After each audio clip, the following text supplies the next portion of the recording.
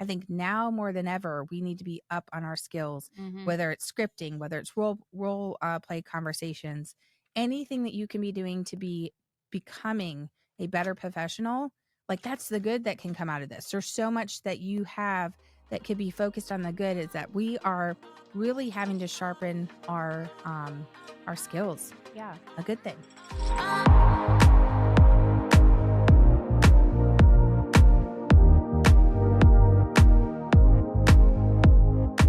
Hey guys, welcome back to Realestatable, your go-to podcast for raw, real, and relevant information in the real estate world. Today we are talking about a touchy subject, the NAR settlement.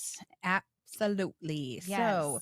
So many unknowns, so many uncertainties, and a lot of question marks, but we do know several things that we probably can see in our future. And so I think it's a really good time to talk about the positive in that. I think that there's so much that's getting stirred around. And one of our past guests, Nobu, said if agents would just stay off social media, it wouldn't be such a thing. And I think if the media would stay off of the media, the media would just chill out, which I think is absolutely true. But I don't know, thinking about the good out of this, there is so much good that we're going to dive into, and really change is inevitable, right? Like if you look back over the history of real estate, have you ever worked with like an older agent that's like, back in my day, it was an MLS and pick up keys and, all of that stuff. So change is going to happen. We're super excited about the opportunity to get in front of you and really explore this topic together. So let's dive in. All right, let's talk about the things that we know right now about what's going on. So first things first, commissions have always been and still are negotiable. Yeah. That is something that has always been around, hasn't changed with the settlement. And you should be pretty concerned if you did not already know that. Yeah. Being a professional in this industry, and everyone's, like kind of panicking on, all of these changes. Okay, guys, like, let's be real. Let's see, the media wants you to think it's like completely flipped upside down. I saw headlines that are like buyer's agents aren't getting paid anymore. What? Yeah, like so many different things. Or commissions are no longer a blah, blah. Yeah. All of that. And I think that the one thing that we have to keep in mind is in what we're communicating with clients and customers, and just the general thought that commissions are negotiable. Yeah. Always have been. So I think that's a good pillar to start with. And I think that when you really look at what are the changes and what do we know now, even though everything is not finalized yet, but we want to start to look and make sure that, are we ready for this? If this does happen, we don't want to wait until the 11th hour and it's like, okay, 11:59. Okay, it's the first of the month. Yeah. Whatever, whenever this goes into effect, are you ready then? No, we should be being prepared. So we know that they are proposing that the cooperating commission is no longer going to be allowed in the MLS. So that is a big deal. I think that is, in knowing, in having, certainty, I guess, in what the seller's intentions are. Yeah, that's kind of a big deal. And it kind of seems, why would we do that?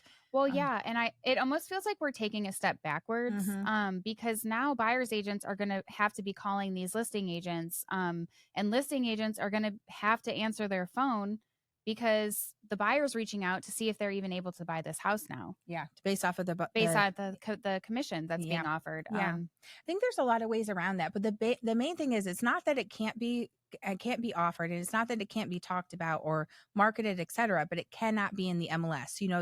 The whole point of having an MLS for clear cooperation, but it can't be there. Yeah. Other places it can be, but it cannot be there. So that is a gray area on what is going to be regulated and how that's going to actually play out. But what we know right now is that's what they're proposing. So, starting to kind of think through, how are we going to navigate that? What would be the way that you're doing, besides like what Ashlee described, answering your phone and making phone calls? Doesn't seem super ideal. I feel like, okay, give this to us 2 years ago when we were showing one house and writing an offer. Now, 20 some houses over 2 to 3 weeks. That's a lot of extra legwork to keep certainty through the process. So yeah, it'll be interesting to see how agents overcome this, if it's going to be allowed on websites or where other sources where you can find that information out, and so that the listing agent isn't having to respond to 500 text messages of what's the comp. Yeah. And then also the flip side of buyer's agents having to do that on multiple days of showings. Well, and I think the other thing is that and what the media wants to present is that you got to remember that compensation offers can still be made by the seller. So the buyer's commission made by the seller is not going away. And I think that that's where the media is taking a bite into that right now. Now it's negotiable. And do they have to? No, they don't have to, but that is the same as how it's always been. And so that is one of the things I want to make sure that we are super clear in understanding that the buyer's compensation can still be made by the sellers just like it always has been. It's negotiable. It's the way we're advertising it and the way that information is getting out to the buyer's agents while we're marketing properties for sale. So, all right. So let's talk about the selling side for just a short moment, and then we can talk about kind of how to overcome all of that on the buying side. So moving forward, we know that buyer's agents are going to be getting the buyer's rep form, which I do want to talk about kind of how you can overcome knowing that you're going to get paid on the buying side. But we've already mentioned multiple times that it's always negotiable and the seller can still pay. I think that that's going to put sellers at a competitive advantage with marketing. I know it's not going to be on the MLS, but knowing, especially for us, like we have a lot of VA buyers. VA buyers right now are not allowed to pay agent commission. So is the VA going to be making a change? We don't know. Still don't know. A lot of unknowns there. But I think that that's going to put those sellers at a competitive advantage if they're paying a buyer's agent. And one of the ways that we present it right now too is, with this being negotiable, one of the ways that we put it, if you're in a place where a bunch of sellers are offering 2% or even offering 3%, but you offered a bonus or 4% or something additional, how much more of a effort is being put for those agents that are getting paid more. Now, granted, we have to be super careful as agents just in general to not be showing favoritism based off of commissions that are being offered. But I do think that pulling it back to a place where there's not an actual commission that can be offered to help make the difference between buyers reps that are already agreed upon and what a seller is offering, that's going to pull some of the buyers out of the game. So it has nothing to do with favoritism of what agents are. Oh, this one offers, I'm going to make $10,000 more off of this property or things like that. It's really, hey, buyer, if you go see 123 Short Street, you're going to have a gap in commission being paid of $5,000 to $6,000, where you go see 456 Long Street, and that one, there's no additional out of pocket. So I think like what Ashlee was saying, it puts you in an advantage, kind of like if you're offering for closing costs to be covered or a warranty or some type of incentive. To me, I look at this and I'm like, okay, this is really a marketing tool that you could be using to help in the big picture with the buyers that are coming through your home. So something I read too that I thought was interesting is if a seller is offering to pay the compensation upfront, this is going to eliminate some of the negotiation hurdles, right? So it's going to shorten negotiations because say, your standard commission on the buying side is 3% and this seller is only offering 1%. Well, technically your buyer's rep says 3%. Are you going back to your buyer to ask for the 2%? Well, that's taking time and days on market and negotiating time. What if the buyer gets cold feet while you're trying to negotiate commissions? And you might lose, lose there's potential for sure for losing buyers just out of the pool just by that. I think the biggest thing is going back to what is not changing is that is always been negotiable. So what a seller decides to do and what you help and guide and direct them to be making decisions for, it's negotiable. So there's nothing that can force a seller to do. You have to present options, present, really the big picture, and they have to decide what's in their best interest, at that point. Yeah. All good things. It seems good, right? Yeah. Seems okay. good. So let's move on to what you can do as a buyer's agent, because I think that there's going to be a lot of changes that are happening internally with how you're conducting business. Yeah. Whether you've been in for 1 second or 100 years, I think that this is going to make a lot of changes in our industry and how we do business. Well, and I think that so one of the other things that we do know is that buyer's representation agreements are going to be required. Required before you're showing homes, required before you're offering, required really after that first or at that first initial interaction. And we've been discussing, together and with our team and just really strategizing, okay, what does this mean? Because I can say, for me, it is not at the first interaction. We do use buyer's representation agreements here in Tennessee and Kentucky. That is common practice. So not a huge shift. And we know a lot of you guys listening, you're like buyer's representation agreements. Like one, it may not even be where you have anything that you could even use for that. So this could be a major shift for you. But with those being required, I think that the conversations, like how are you going to have to shift conversations? But really, should those conversations already be shifted? Like, should we have already been having these conversations that this organically already works and flows into these proposed changes? I kind of, accountability to myself, I'm like, wait, this is probably a good thing, even if the proposed changes do not get approved. I'm like, I probably need to be doing this sooner. I probably need to be more disciplined on that. What about you? Do you feel like it's like, hi, nice to meet you, sign this buyer's rep? Yeah, I hate actually doing that. It's terrible. It makes me feel like I'm a car salesman. Not that there's anything wrong with that, but just like being that person when you walk in the store. Hi, how can I help you? What are you looking for? What do you want to find? What are you trying to buy today? Like sign this form really and quick. pay me a lot of money if the seller won't negotiate it. Yep. I think that we're going to have to perfect a buyer consult just like you would for a listing appointment. But I think it's also educating buyers. I think that we just need to let them know, hey, commission is still negotiable, even after all the changes are implemented. I think that it's going to be okay if you did a buyer's rep, like do your consult, either maybe at the first house, at a coffee shop, at your office, however you want to conduct it. Bring a blank one with you and just say, hey, I'm going to go over this with you. It is the standard practice. This is our requirement. We have to sign this, but maybe you shorten it. Like I normally do a buyer's rep for 6 months, but maybe if we're still trying to figure out if we want to work together, maybe that's a week, maybe that's 2 weeks of a buyer's rep that you're committed to each other to figure it out if you might want to work with them. Yeah, because if it becomes a requirement, but you're not quite sure that you want that commitment. And I think that so much of this is going to be so state specific, broker specific, even though that requirement is going to be industry wide. A lot of this is going to be a little bit more what applies to you and what advisement do you have at that local internal level. And for us, I think that one of the ways that we're considering is like, okay, cool, we got to do it day one.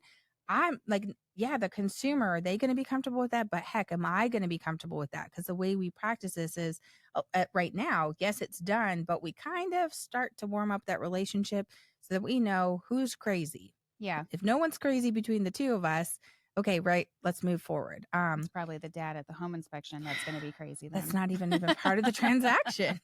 You know what I mean? So I think that that's one of the things that Ashlee was just describing. One of the things I'm looking at doing is, okay, maybe it's not a wait to start the conversation, but right now I need to start on that first interaction, have a printed draft copy, start the conversation that this is coming, and really start to see what kind of kickback are you getting? Like how are you having to pivot in those conversations when you're like, cool, you don't want to sign this, even if it's for 4 seconds because it's required for this in this one appointment. How are you going to overcome that? And I think that is a change that could happen easily right now with those that are using buyer's reps. I think it's a whole nother story for buyer's representation if this is not something. And I know there's people been in the business for decades that are like, don't think I've ever written one of those before ever. That seems impossible for me to consider, but I mean, there are definitely, that could be you that's sitting across here. And I think too, just trying something out, try a strategy, try a script that you work with a few times. Make sure you're not just trying it the one time and say, oh, it didn't work.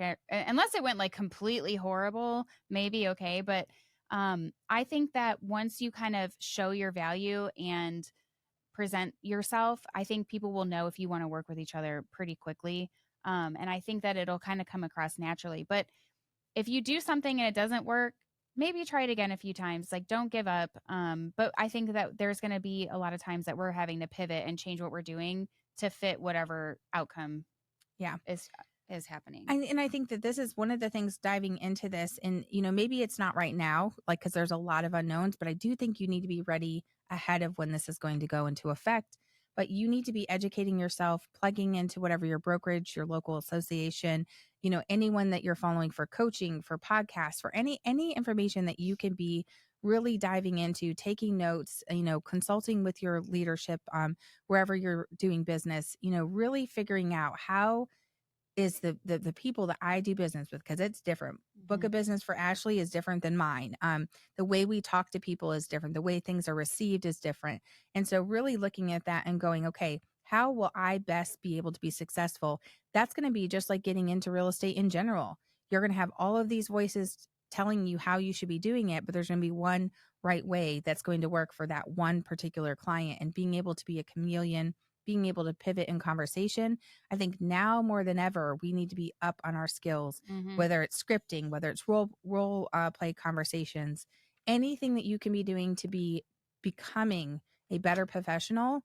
Like, that's the good that can come out of this. There's so much that you have that could be focused on the good, is that we are really having to sharpen our skills. Yeah. A good thing.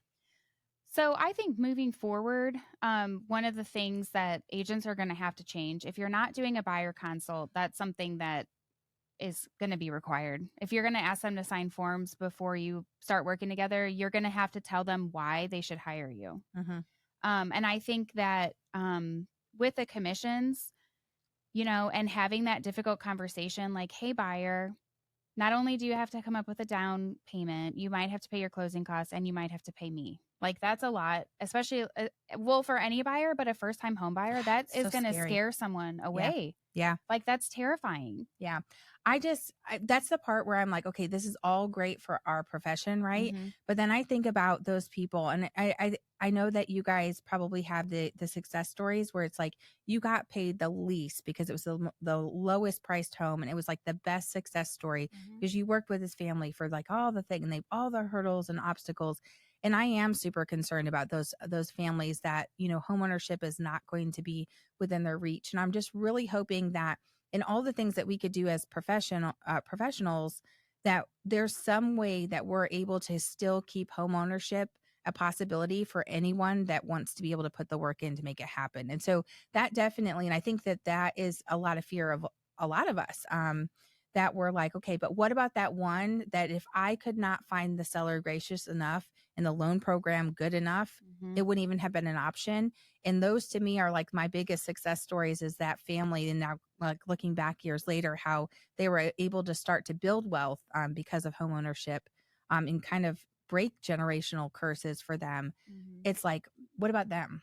So that is a concern for sure. But I'm just really hoping we work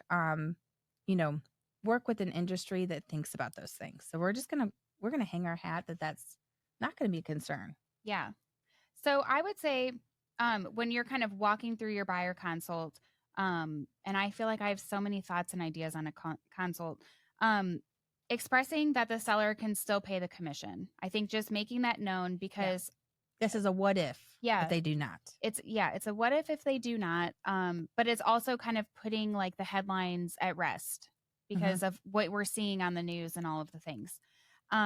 If a house, letting your buyer know if a house is offering 0% to the buying agent, the buyer's gonna be the first person to know. I'm not calling anyone else. As soon as I have that information, I'm letting that buyer know.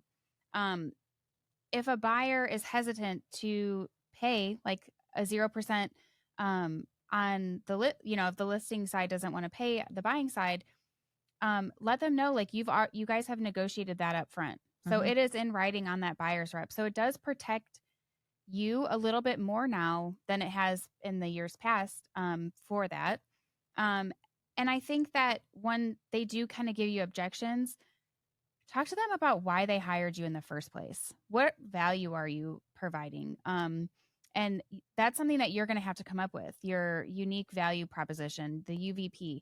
You're going to have to know what that is, and you're going to have to be able to present that to a buyer. Yeah, well scripted at that for sure. And I think that when you're looking at the buyer consult versus rolling into the actual negotiations and like the viewing of homes and being able to educate them house by house, etc., I think that looking at a buyer consultation, that has to be so value packed with truly what you're doing. Mhm. It's you have to be able to articulate what you are doing, because we are all doing it at different levels for sure, different levels of experience, different levels of customer service, and the concierge kind of concept with the client experience. There's a lot of different levels to that, but there's value that you're bringing to every consumer through this process.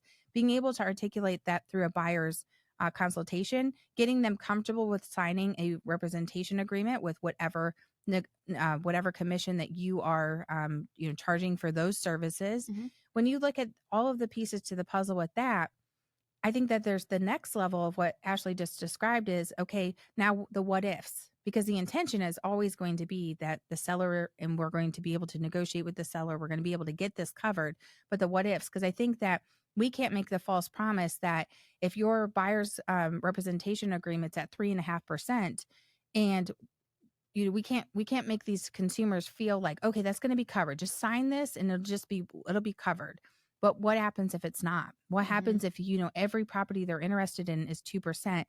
Part of your buyer's consultation needs to be going over those what ifs. So you don't roll into this false expectation. You don't roll into like almost reacting to this actually happening, because there's going to be a real possibility as sellers have choice, and forms are changing to very very Mhm. like expressing this, in writing. You're going to have those circumstances. Okay, so what if? So then let's run some scenarios. That should be part of your buyer's representation, or your buyer's consultation appointments prior to signing that. Then, yes, as you're exploring properties, the process that Ashlee just described, being able to communicate to those buyers first, that's going to be essential for sure for success through this process.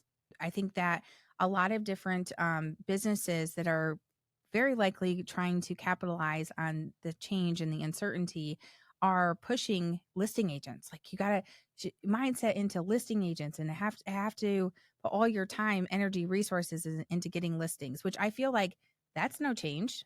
What Mm-mm. is the saying? Listing agents last. Like, you Yeah. always want to have listings for a good, stable foundation for real estate Mhm. business. But it is still okay to be a buyer's agent, and I feel like there is plenty of room to thrive. And I think if you're doing this right, those part-time agents, those agents that are really not perfecting their craft, they don't have a strong UVP.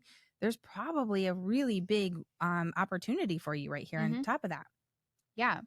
So I think that like the time of agents being door openers Hmm. is absolutely going to be over. Yeah. Like you have until I think it's July is when things are going to be starting to be implemented, whatever those are.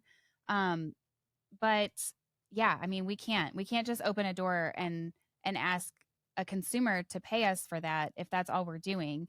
I know like if my mom asked me to go for a pedicure and lunch um She's and like, my treat, my yeah, if treat. she's like my treat, I'm like, yes, of course, let's go. But if it's like my money, I'm like, oh, I don't know. Do I really need a pedicure? Like Yeah. it makes you kind of question what you're putting money towards. And I think that, you know, agents are just going to have to prove their value and know what it is. Like if somebody asks, what do you bring to the table? You better be able to know what you're talking about. Well, and I think too, the other thing is that I think buyers buyers representation agreements and buyer consults, and 70% of buyers use a first agent they came face to face with, right? Hmm. But now, is that going to be the case when you're having to present really truly what is going to happen with a representation agreement, and the possibility of them paying a fee for you to be their agent? How likely are they going to use that same agent that they got in front of if they're like, well, wait, is Hmm. that the services I should be paying for if I can't negotiate this with the seller? Well, yeah. Like, considering other all options. Well, yeah. I mean, also, if you have like someone you randomly clicked contact, like on Zillow, and they show up looking like a bum, like what are you? Is that the kind of person you want to represent you? Yeah, yeah. I think Yeah, I think professionalism is going to go a whole heck of a long way, but your yeah. UVP and really being able to present that. But I think we're going to be competing more Hmm. than we assumed. 70% will be in front of the agent that they're first face to face with. So timing and professional appearance, UVP, really having a solid plan to sell to these buyers that we're expecting to sign up for, yeah, sure, I would pay for that service. Yeah. So I think buyers are going to start interviewing agents just like sellers Mhm. should be doing, not that they always do. So when you're talking about your UVP, you're wanting to provide value, right? So you're giving your buyers like, hey, I have an attorney that can ask any legal questions to that you will have access to. I have home inspectors that have been vetted and have done really well for my clients. I have handymen. If you need after closing and you want your house painted, I have painters. I have XXXXX on and on and on of all these things that I have that I'm offering to you. I've already done all the legwork. Yeah, and they talk to and this has not been a new thing even before this, where Mm-hmm. solo agents versus teams and professionals that you're partnered with as a as a solo agent, you having administrative support, you having a process that you can very easily explain on how you're going to go through the transaction, who's Mm-hmm. going to be there to support that, the lenders that you have to be able to provide the right programs for the buyers that they're able to have access to as well, all of those things. It's almost like, how do you create a concierge situation, or how do you create a business like those that you're like, okay, I will go to this company because I know I don't have to worry about anything else. Mm-hmm. How do I create that where they're like, okay, this is the top of the top, my best choice and option and worth the price to be paid should that need to happen. Really, that's something when I'm like, okay, yes, change is coming, this is the proposed change. When will that become certain? I'm not sure, but we should be ready. And these are easily things that you could be figuring out how to outline. And really, honestly, like for me, this was an eye opener to go, wait, why aren't we doing that? Even though we're doing buyer consults, even though we have buyer's rep agreements, even though we're, negotiating commissions and all of those things happening currently, but why don't I have that clearly outlined? Mm-hmm. Because I have all of those things and I have what I Mm-hmm. identify as this kind of business, but I'm like, but could I clearly show that with Mm-hmm. resources, et cetera? We have a really great form that we have from the buyer side, and it comes from the ABR designation with NAR, a form that's called a pledge of performance. So this is what we're pledging to you to perform on your behalf as a buyer's agent. We had that Mm-hmm. for the sellers as well, but specifically in this circumstance. So what are you pledging and what are you promising to that consumer? And really, how do you have that outline that it's super clear that, yes, this is something I would sign up with and pay a fee for? Well, I also think too, just talking about having the professionals on hand, Mm-hmm. that's not usually something that I talk about until we're under contract. Hey, I have a list of inspectors. Oh, you're post closing. Here's my handyman.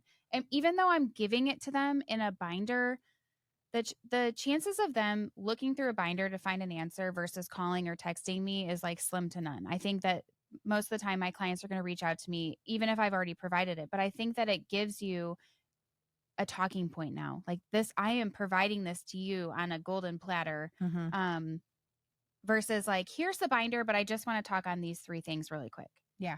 Yeah. So I think that that's something to take away right now. So like, what is it? What action should you be taking now? Mhm. We talked about a lot of things before the break, but after, like, now working through this, I think that honestly, if nothing changes, if all of this just goes away and we're like, cool, we're perfect the way we are, Yeah. I still think that this is really great things that Oh, you guys yeah. could be just taking your business to the next level. I know that for us, it's like, regardless of, the waves that are around us, we probably need to be considering this. And I think that Yeah. that's some of the really good that can come out of this is like, okay, let's challenge what are we doing? Just because it's worked before, we were certainly door openers for how many years prior to 2024. Mhm. I mean, certainly we can be doing better and getting back to the basics as far as that goes too.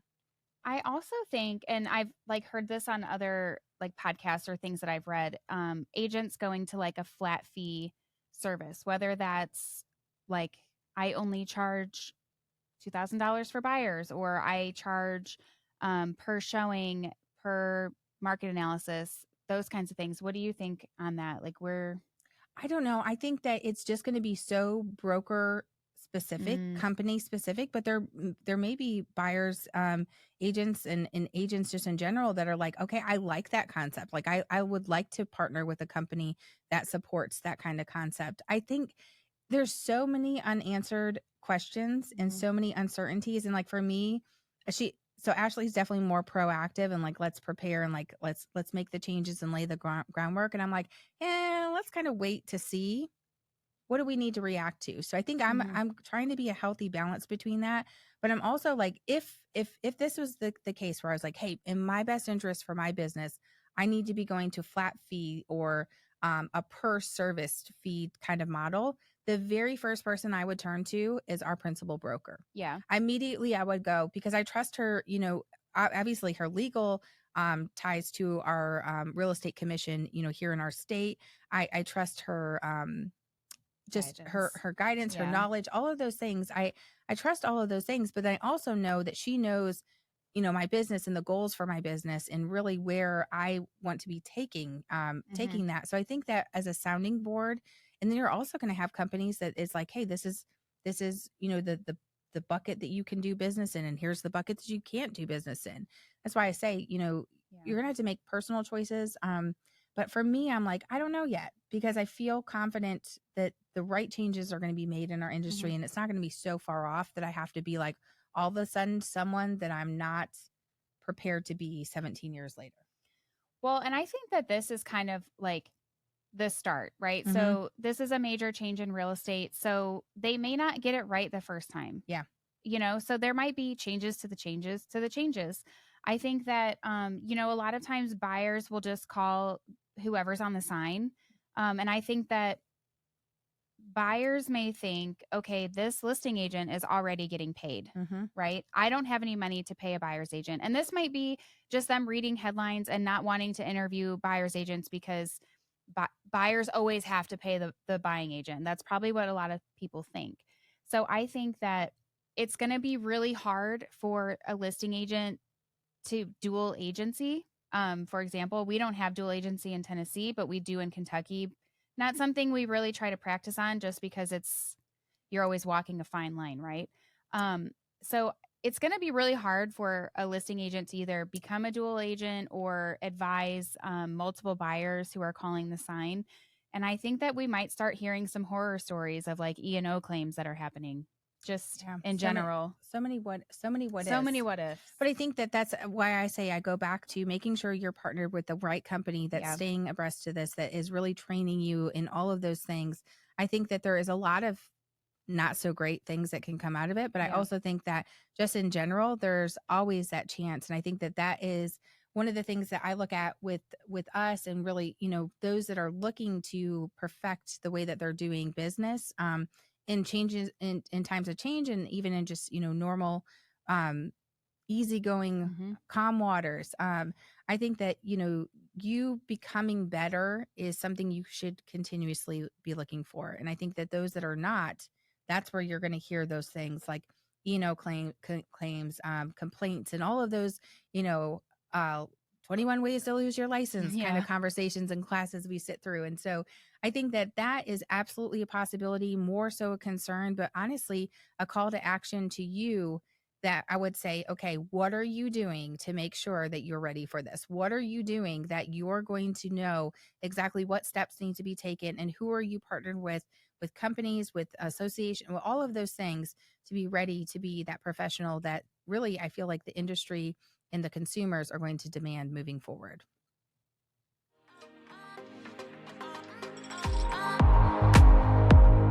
What a controversial topic, I feel like, of the industry that we are in and the changes that are happening. And I'm hoping that this episode is alleviating some of the stress and fears that you might have working with buyers and explaining the situation to sellers and buyers. I don't know. I think the more you know in this scenario, the better. Yeah, and I also think that, it's so hard because all of this could change. That this the proposed changes could be completely kicked out. It could be switched around, etc.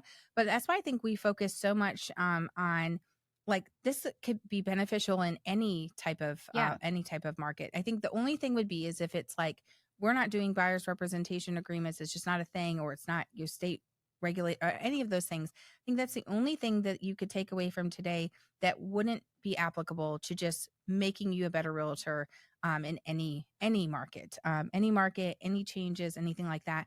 Trying to level out those waves into calmer waters for sure. I think is super beneficial. But Yeah. I do believe change is coming. It's just super hard to make like, hey, let's pivot 100% Mhm. when you're like, that the rug is going to be pulled out, Yeah. and Well, some type of magic trick, etc. and I think though we gave you, like she said, we gave you the tips and tricks and things that you should be doing anyway without any changes happening with NAR. Yeah. And really focus on the facts, Mhm. because when you really look at it, it's like, well, it's really not the end of the world. And I also think that I want to be able to start to have these conversations with the consumer because they're coming to us already with this.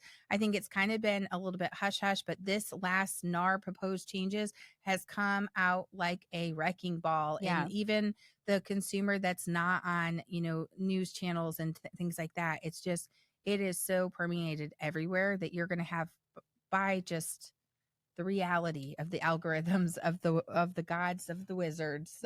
Well, yeah, and that's another thing I just thought of is like be that source of information Yes. for your clients. Like if you're not making videos about this or sending out a newsletter regarding, it would benefit you and it would benefit your client because guess where your client is getting the information from? The news. The news that's telling people that buyers agents don't get paid, that there's no more commission in real estate and it's a huge dumpster fire. No. Yeah. Be that source of information and know that you're building the know, like, and trust you on video. Yeah, and I think that the biggest thing is that you're looking and you're providing facts and you're staying very minimal and neutral party to a lot of this. So many moving factors for sure. We're super excited to share with you guys though that we have a resource that is just launching on our website that's going to really help you with this. I mean, this was not necessarily we've been working on this for a while, but not prepared exactly for what's ahead of us. But we have buyer and seller templates that you're able to use through the process for the buying and selling process with our clients. And these templates are email templates that you are able to customize, plug and play. It outlines exactly what you need to be changing. Yeah. And super pumped to be launching that with you guys today. Yeah. And we also we made it super easy. So the things that you need to change out, like maybe dates and address, purchase price, etc., is highlighted.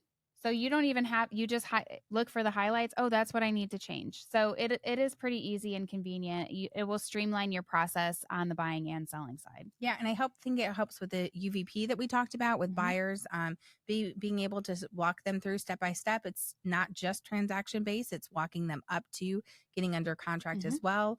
On the seller side, there's all kinds of prepare prior to even getting under contract or going active on the market too. Yeah. A lot of value for you. You're going to head over to realestatable.com in order to find out more information. Yeah. All right, guys, if you found this episode helpful, make sure you give it a 5-star review, share it with a friend. You can find us everywhere at Realestatable.